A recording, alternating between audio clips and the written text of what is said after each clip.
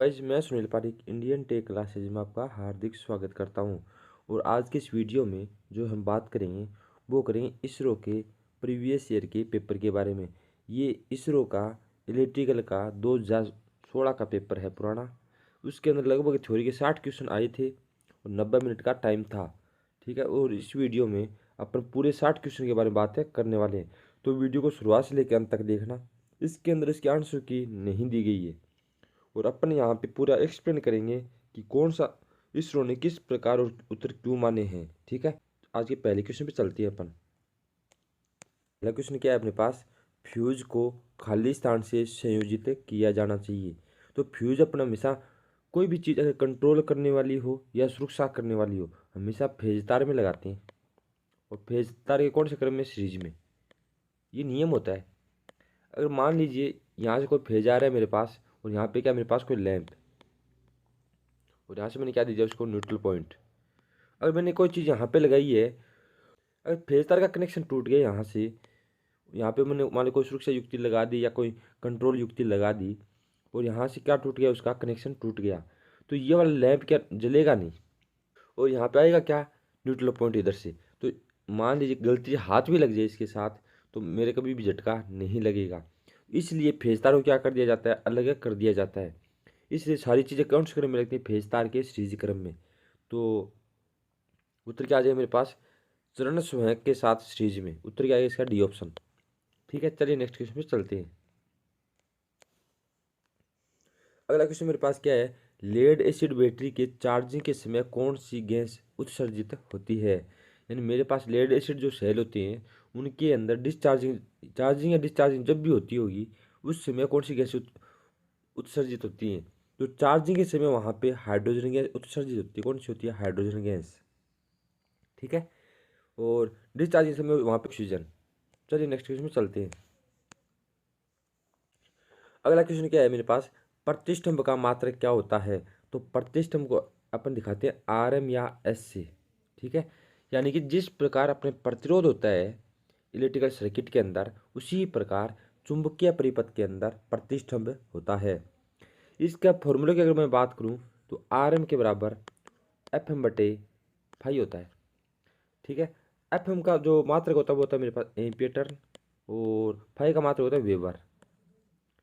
तो इसका मात्र जो होगा एम्पियर टर्न प्रति वेबर होगा।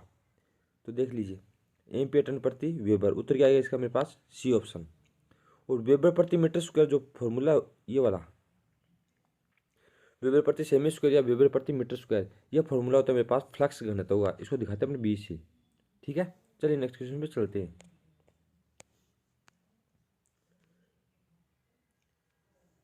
अगला क्वेश्चन मेरे पास क्या है, नारंगी, लाल, भूरा, सोने का बैंड वाले एक कार्बन का प्रतिरोध का मान क्या होगा। तो सोने की जो सहनशीलता होती है वो होती है ±5%। तो सभी के ±5% दे रखा है। तो अपने को यहाँ से इन तीनों का मान निकालना पड़ेगा। इसलिए अपने याद होनी चाहिए सारणी।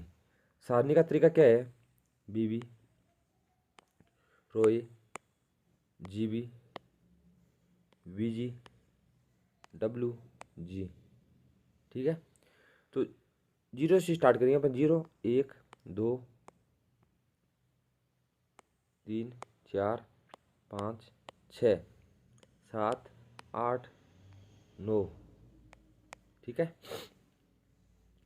तो सबसे पहले अपने पास कौन सा, नारंगी। नारंगी बोलते हैं ऑरेंज को। ऑरेंज कहाँ पे है, 3 नंबर पे, 3 आएगा। उसके बाद रेड, रेड कितने नंबर पे है, 2 नंबर पे। ठीक है, तो क्या आएगा मेरे पास, 2। ठीक है, और उसके बाद में क्या है, भूरा। तो भूरा कितने नंबर पे, 1 नंबर पे, तो 10 की घात 1, यानी कितना हो गया, 320। उत्तर क्या आएगा मेरे पास, सी ऑप्शन। चलिए नेक्स्ट क्वेश्चन में चलते हैं।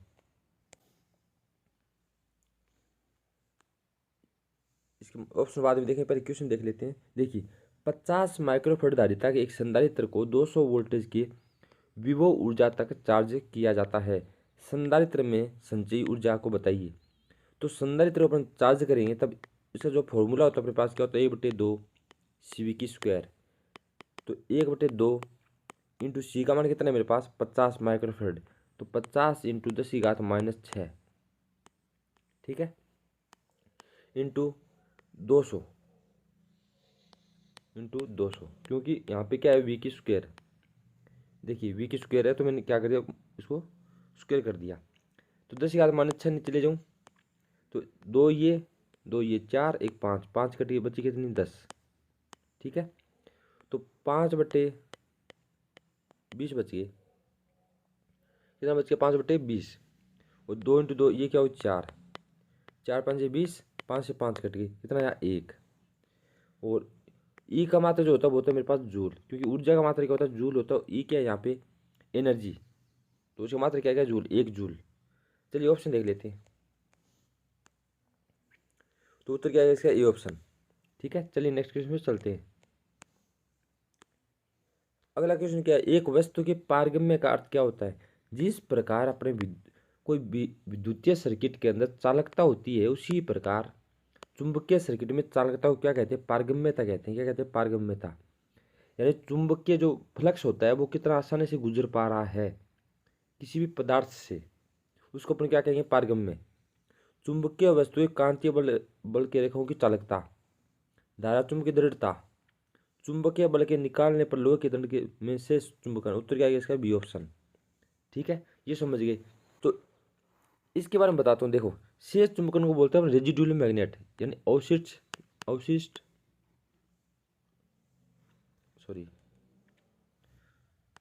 अवशिष्ट चुंबक, रेजिडुअल मैग्नेट। ये चुंबक मतलब अपन ने क्या किया, कोई चुंबक बनाया किसी पदार्थ के अंदर, और वहाँ से मैंने विद्युत धारा हटा ली, उसके बाद में भी उसके अंदर क्या रह जाती है, थोड़ी बहुत चुंबक शेष रह जाती है, उसको क्या कहते हैं अपन, रेजिडुअल मैग्नेट कहते हैं। क्या कहते हैं, रेजिडुअल मैग्नेट, ठीक है। चलिए नेक्स्ट क्वेश्चन में चलते हैं।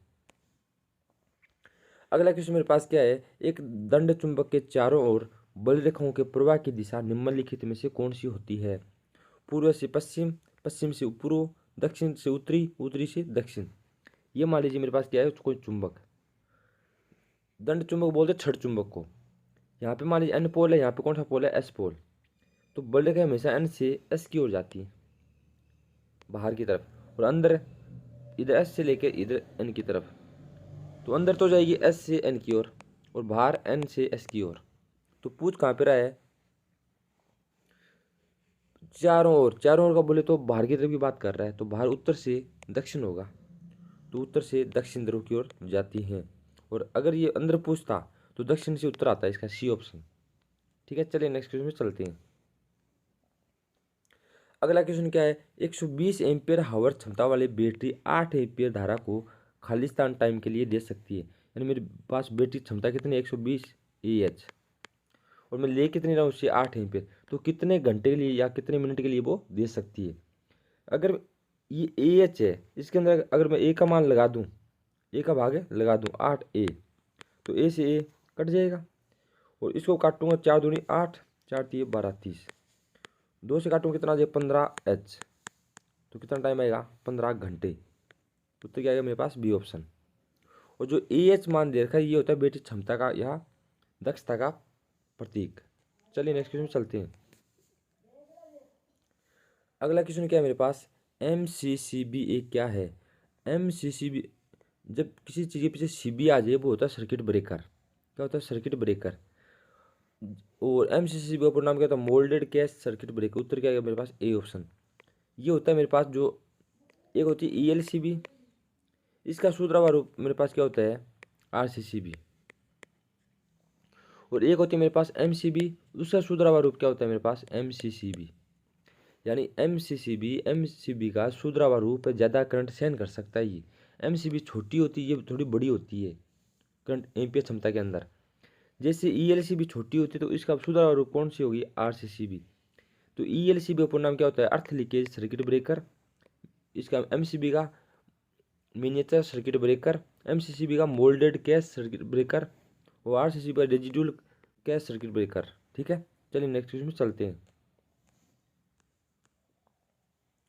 अगला क्वेश्चन क्या, BIS कोड के अनुसार भू संपर्क यानी अर्थिंग के लिए उपयुक्त तार का रंग क्या होना चाहिए। सभी को पता है हरा होना चाहिए, ग्रीन। तो अगर BIS की बात आ जाए तो ग्रीन कलर का क्या बनाया जाता है अपने पास, अर्थिंग वायर बनाते हैं। और रेड होता है फेज का, और ये अर्थिंग का ब्लैक न्यूट्रल पॉइंट का होता है, ठीक है। और डीसी के अंदर ये जो ब्लैक वाला होता है वो तार होता है मेरे पास माइनस वाला, और नीला होता है अपने पास ब्लू फेज, ठीक है। चलिए नेक्स्ट क्वेश्चन चलते हैं। अगला क्वेश्चन क्या है मेरे पास, किसके अनुप्रयोग में शंट मोटर का उपयोग किया जाता है। तो शंट मोटर का उपयोग अपन वहीं पर करेंगे, यानी शंट मोटर की एक ऐसी मोटर होती है जिसकी गति क्या रहती है, हमेशा लगभग स्थिर रहती है, चेंज नहीं होती बार बार। तो अपन इस मोटर का उपयोग वहाँ पे करेंगे जहाँ पे मुझे गति क्या चाहिए, स्थिर चाहिए। अब स्थिर गति कहाँ पे होगी, इलेक्ट्रिक ट्राम या रेल। तो रेल इंजन या ट्राम की बात करूँ तो यहाँ पर मुझे चाहिए स्टार्टिंग टॉर्क ज़्यादा चाहिए, और गति बार बार चेंज होती होती रहती है इनकी, क्योंकि ट्रेन कभी तेज़ चलेगी कभी धीरे चलेगी। तो यहाँ पे शंट मोटर का उपयोग नहीं किया जा सकता। सेमी बात क्रेन की आ गई या होइस्ट की आ गई, तो यहाँ पर भी गति मुझे क्या चाहिए, परिवर्तनशील चाहिए, तो यहाँ पर भी अपन इसका प्रयोग नहीं कर सकते। उच्च स्टार्टिंग टॉर्क के साथ चालन करना, तो उच्च स्टार्टिंग के साथ इसका प्रयोग अपन नहीं करते, इसके लिए करते हैं अपन सीरीज मोटर का। मशीन औजार, तो उत्तर क्या आएगा मेरे पास, डी ऑप्शन। मशीन टूल के अंदर किसका प्रयोग करते हैं अपना, शंट मोटर का प्रयोग करते हैं, उत्तर क्या आएगा इसका, डी ऑप्शन। चलिए नेक्स्ट क्वेश्चन पे चलते हैं।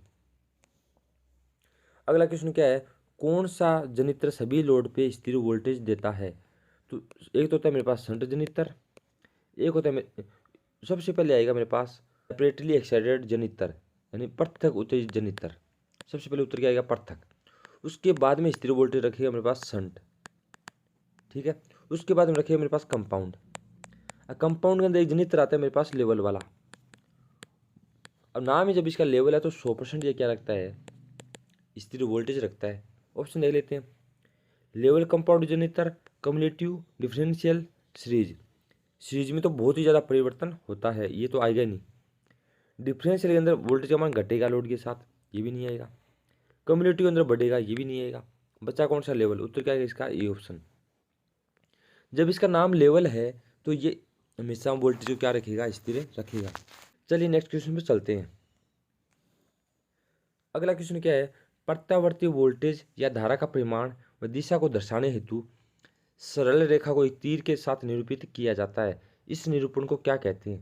यानी मेरे पास अपन कोई ग्राफ बनाते हैं इस प्रकार, देखा होगा आपने, इस पर तीर बनाते हैं, और यहाँ पे मान लीजिए वोल्टेज हो गई, यहाँ पे करंट हो गई, तो ये करंट इतने आगे है, यहाँ पे मान लेता हूँ करंट को, तो यहाँ पे करंट पीछे है, कभी यहाँ पे मान लेता हूँ, कभी यहाँ पे मान लेता हूँ, आगे अपन लगाते क्या, इसे तीर का निशान।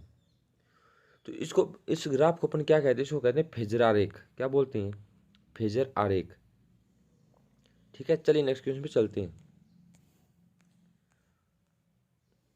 और अगला क्वेश्चन मेरे पास क्या है, एन टाइप अर्धचालक को तैयार करने के लिए डोपिंग हेतु उपयोग किया जाने वाला पदार्थ क्या होता है। पर डोपिंग का अर्थ बताता हूँ।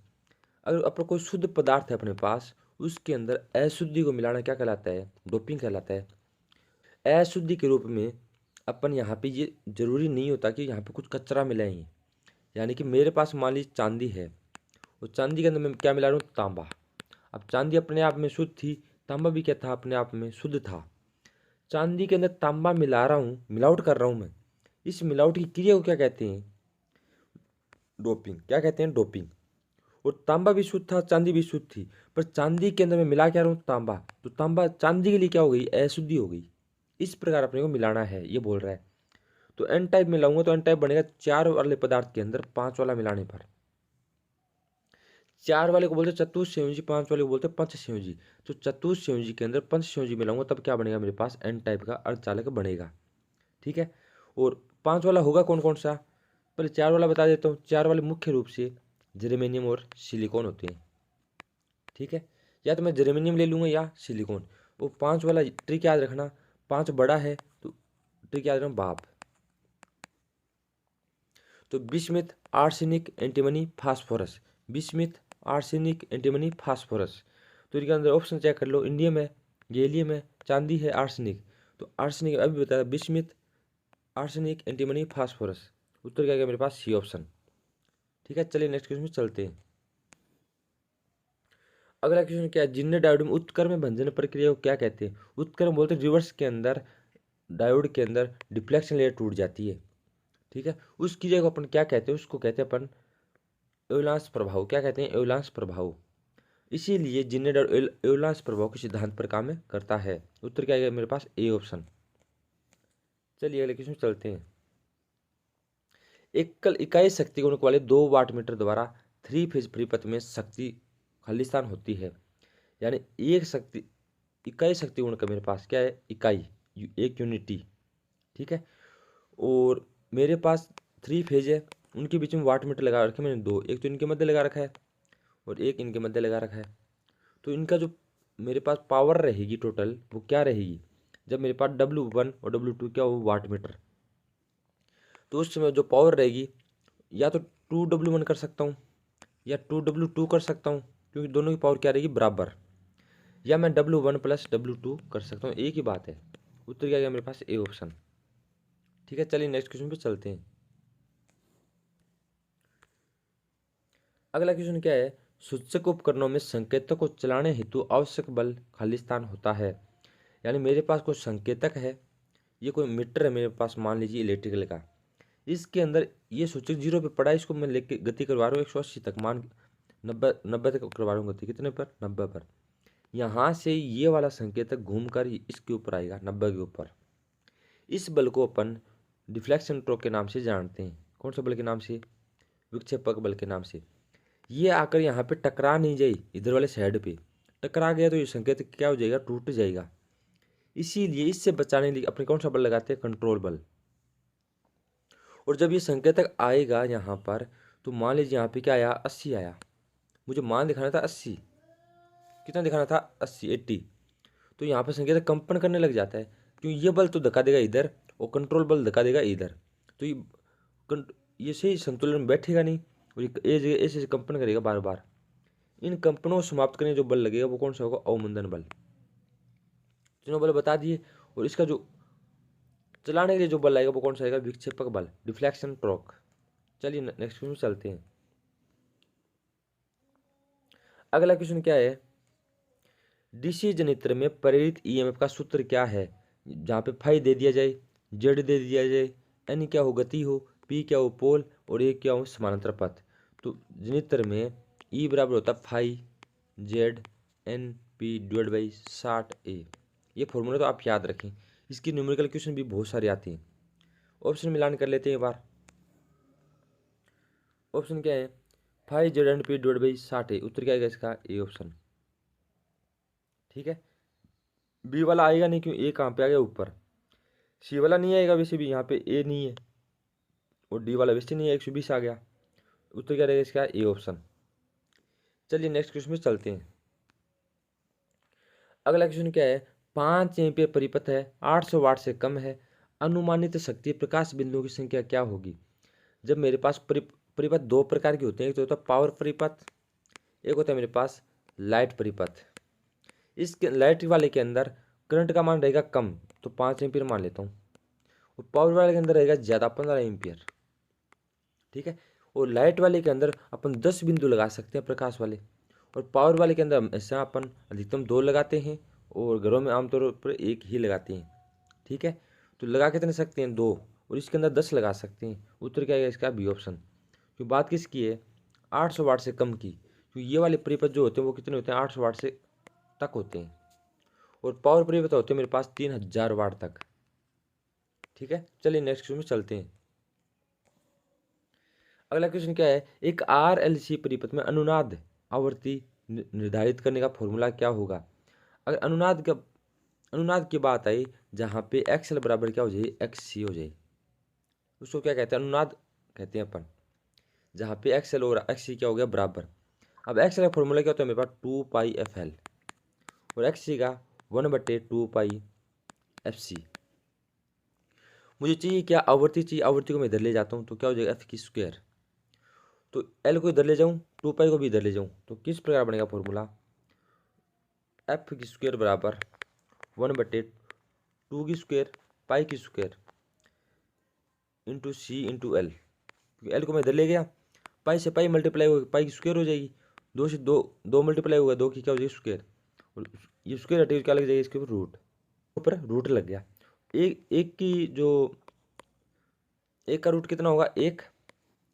2 की स्क्वायर यानी 4 का रूट 2, पाई स्क्वायर का रूट पाई और एल सी का root under root L C. Formula क्या रहेगा मेरे पास अनुनाद आवर्ती का 1/2 pi under root L C. उत्तर क्या आएगा मेरे पास डी ऑप्शन। ठीक है, चलिए नेक्स्ट क्वेश्चन में चलते हैं। अगला क्वेश्चन क्या है, जल विद्युतीय स्टेशन में उपयोग किए जाने वाला प्रत्यावर्तक खालिस्तान प्रकार का होता है। यानी प्रत्यावर्तक होगा वो किस प्रकार का होगा, कहाँ पे, अपन हाइड्रो पावर प्लांट के अंदर। तो हाइड्रो पावर प्लांट इस प्रकार का प्लांट होता है जो पानी से चलता है, झरनों से।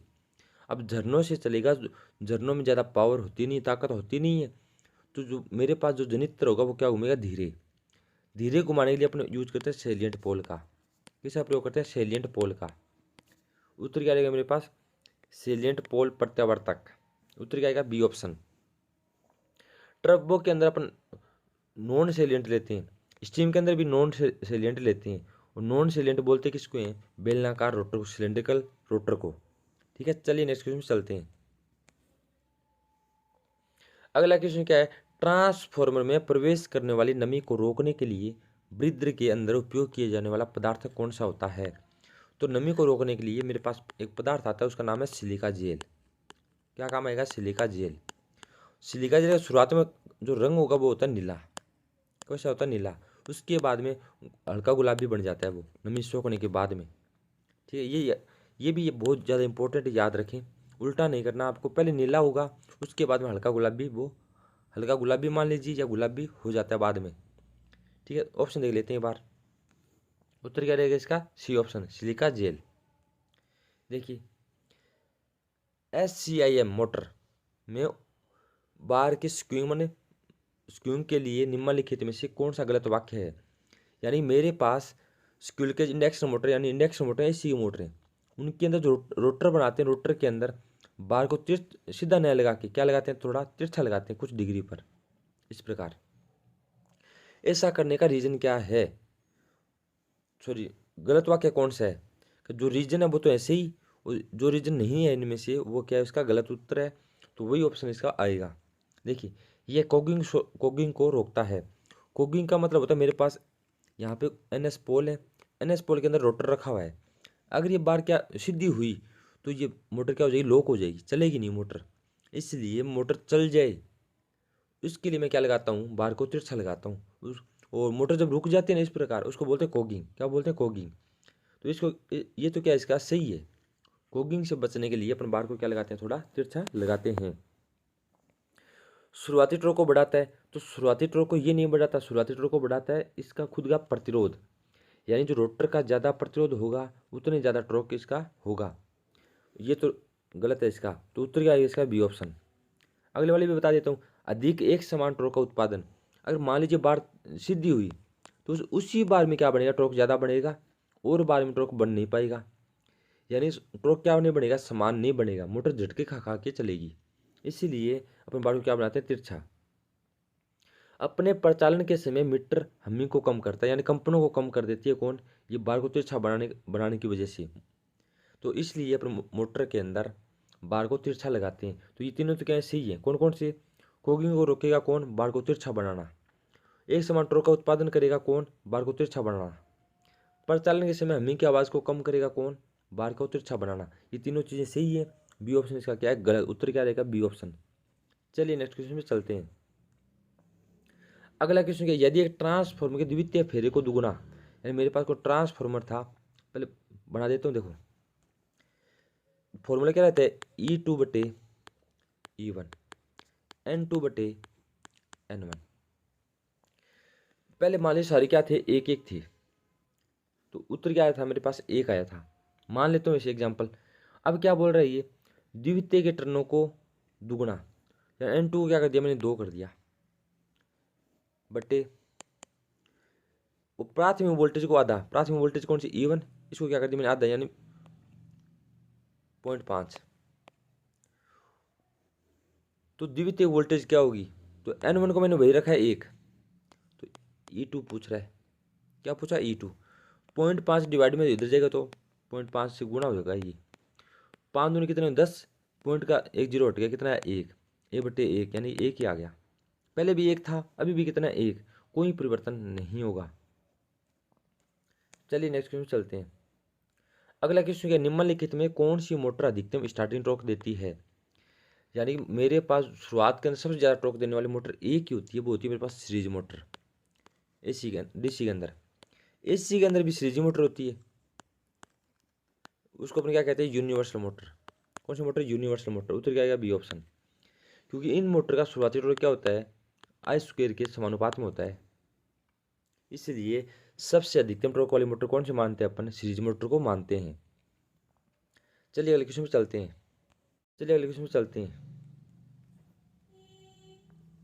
अगला क्वेश्चन क्या है, L T 660 voltage grade power cable में उपयोग किए जाने वाला चालक का व्यास किस चीज़ पे डिपेंड करता है। तो मेरे पास चाहे केबल कौन सी भी हो, उसका जो व्यास होता है वो करंट पे डिपेंड करता है। जितना ज़्यादा व्यास होगा उतनी ज़्यादा करंट प्रवाहित हो सकती है, जितना कम व्यास होगा उतनी कम करंट प्रवाहित होगी। तो करंट को देखकर अपन मोटाई को चूज करते हैं और लंबाई को चूज करते हैं वोल्टेज को देखकर। ठीक है, तो उत्तर क्या है मेरे पास, करंट को देखकर। तो वोल्टेज को देख के चूज नहीं कर सकते। ऑप्शन देख लेते हैं, वाहित धारा। उत्तर क्या है इसका, सी ऑप्शन। ठीक है, चलिए नेक्स्ट क्वेश्चन में चलते हैं। अगला क्वेश्चन क्या है, 4 पोल एसी मशीन के लिए कुल इलेक्ट्रिकल डिग्री कितनी होती है। देखो, जो पूरी मोटर होती है वो पूरी मोटर होती है 360 डिग्री की, और ये होती है इसकी मैकेनिकल डिग्री।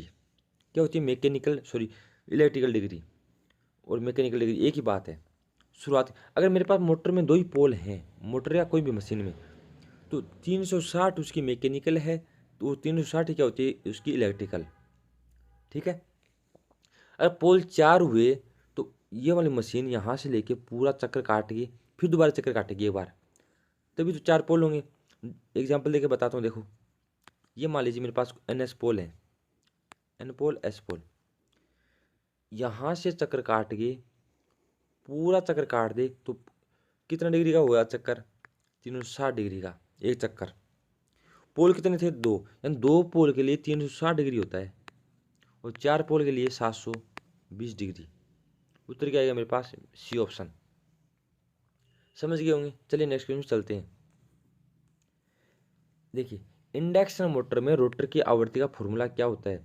तो इंडक्शन मोटर में FR का जो फॉर्मूला रहता है, स्लिप इंटू सप्लाई आवृत्ति रहता है, स्लिप इंटू सप्लाई आवृत्ति। उत्तर क्या आएगा मेरे पास, डी ऑप्शन। ठीक है, चलिए नेक्स्ट क्वेश्चन में चलते हैं। देखिए, स्कॉट संयोजन को खाली स्थान में बदलने के लिए उपयोग किया जाता है। स्कॉट बोलते हैं टीटी संयोजन को, इसका नाम क्या होता है, टीटी संयोजन। ये करने से इस प्रकार का होता है। देखो, यहाँ से क्या रहते हैं मेरे पास, R Y और B, और यहाँ पे एक अलग वाइंडिंग होती है, एक वाइंडिंग यहाँ पे होती है।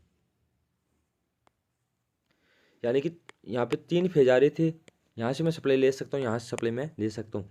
यानी 3 फेज को 2 फेज में बदलने के लिए अपने किसका प्रयोग करते हैं, स्कॉट या टीटी संयोजन का। उत्तर क्या आएगा, 3 चरण आपूर्ति को 2 फेज में आपूर्ति करने के लिए। उत्तर क्या आएगा, डी ऑप्शन। ठीक है, चलिए नेक्स्ट क्वेश्चन से चलते हैं। समकालिक बोल, देखिए अगला क्वेश्चन क्या है, समकालिक संधारित्र। समकालिक बोलते हैं सिंक्रोनस को। सिंक्रोनस कैपेसिटर क्या होता है। तो सिंक्रोनस कैपेसिटर अपने कहते हैं सिंक्रोनस मोटर को, वो भी कब, जब वो नो लोड पे गति करे और उत्तेजित क्या हो ज़्यादा, एंड उसको मतलब अग्रगामी पावर फैक्टर पे वो काम करे, तभी वो क्या होगी मेरे पास, तुल्यकालिक संधारित्र होगा। क्या होगा, तुल्यकालिक संधारित्र। देखिए, और नो लोड पे काम करनी चाहिए, मैंने अभी बताया। तो एक सामान्य उत्तेजित स्थैतिक संधारित्र बैंक ये तो हो ही नहीं सकता। एक ज़्यादा उत्तेजित, सही बात है, होनी भी चाहिए। और मोटर ड्राइविंग यांत्रिक लोड, तो यांत्रिक लोड नहीं होना चाहिए उसके ऊपर, तो ये भी नहीं आएगा। नो लोड पे गति करनी चाहिए मोटर। ऑप्शन देख लेते हैं आगे वाले। अगले वाला क्या है, यांत्रिक लोड के बिना ज़्यादा उत्तेजित समकालिक मोटर। उत्तर क्या आएगा मेरे पास, सी ऑप्शन। ठीक है, तो ये वाला वीडियो अपना यहीं तक रहेगा। तो मैं आशा करता हूँ ये वीडियो आपको पसंद आया होगा। अगर वीडियो पसंद आए तो वीडियो लाइक करना, शेयर करना, और साथ ही हमारे चैनल को भी सब्सक्राइब कर लेना।